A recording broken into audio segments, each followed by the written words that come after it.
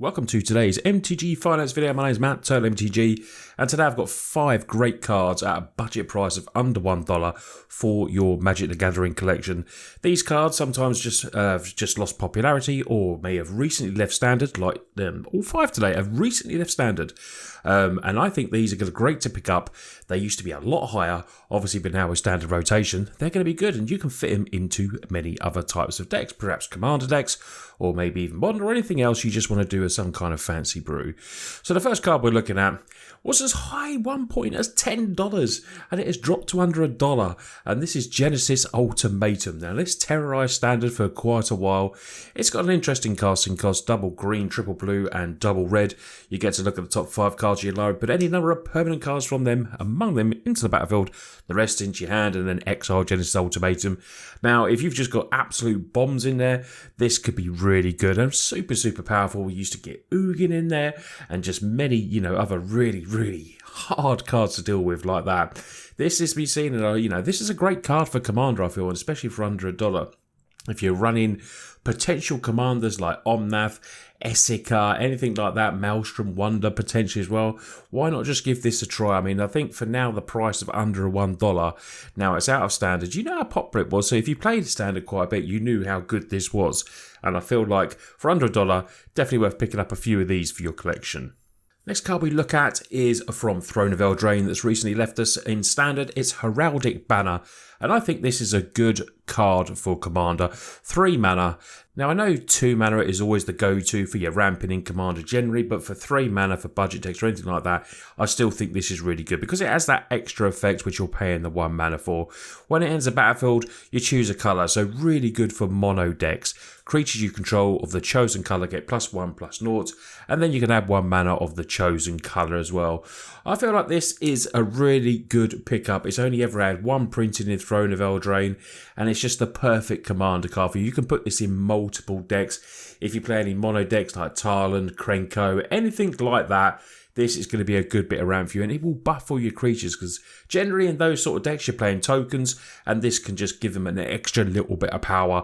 It's an uncommon. It was went as high as around $2, and now it's just slipping below the $1 mark. So I think as standard just rotated, this is a real good time to pick up Heraldic Banner. So the next card on the list is actually a Planeswalker, and it was very underused. It's Chandra, Heart of Fire, and I think to pick up a pretty cool Planeswalker for under $1 is a bit of a must. Now, you might not have any ideas for this card straight away, but I think it's a really good card to still put in your collection. It has 5 loyalty, it costs 5 mana. I love the +1 on this. Does something brilliant for red, which is discard in the hand, exiling the top 3 cards of your library, and to end of turn you may play the cards exile this way. And I think that +1 effect is really cool. The other +1, 2 damage to any target, is okay. The -9, search graveyard or library for any number of red instant or sorcery cards. You exile them, shuffle your library, you may cast them this turn, and add 6 red mana to your pool. So I think this is a cool card. It was very underplayed. Probably just, there were stronger cards in standard at the time when this was out there, but to pick it up and maybe put in your Torbrand deck or maybe your Hazoret deck or anything like that in Commander, I think this is nice. See the bit of playing Brawl it did. So if you do, if you're one of the Brawl players, this is, and you start in your collection, put this in there. You can't go wrong. I think it's around, 80, 90 cents at the time of recording. So this, to me, is a nice addition to your collection. Next up is another card that was seen heavily play in standard. Heavily play. And this is Emergent Ultimatum. Just like the first Genesis Ultimatum, this has the weird casting cost of double black, triple green, and double blue. Was as high as $8 at one time, but now has dropped below that $1 mark. Search your library for up to 3 monocolored cards with different names, exile them. Opponent chooses one of those cards, shuffle that card in your library. You may cast the other cards without paying their mana costs. Exile Emergent Ultimatum, so you're not going to be able to get it back. But what a cool card this was. Love playing it. You'd put your 3 strongest cards in there. You go and search for them. It would be impossible for an opponent to choose. if you played with multiples of these, I mean, you could build this potentially into a modern janky brew. Not saying it's going to be top tier with that kind of casting cross, it's probably not going to be fast enough. But for Commander, again, it fits into Moldrova, it fits into Essica, fits into, quite a lot. You could even put it in a Tremi if you want as well and go and get some really cool cards with it. Emergent Ultimatum, cool card. It was high and now it's left standard. It's gone below that dollar mark, and definitely pick these up for your Sultai commanders. Last card on the list was as high as $6 at one point, and it was in that dreaded rogue deck. But I still think this is a really cool card to pick up. Got played in Historic, you can play it in Brawl as well, but there's a few little rogue commanders out there that people are playing now, like Anawan.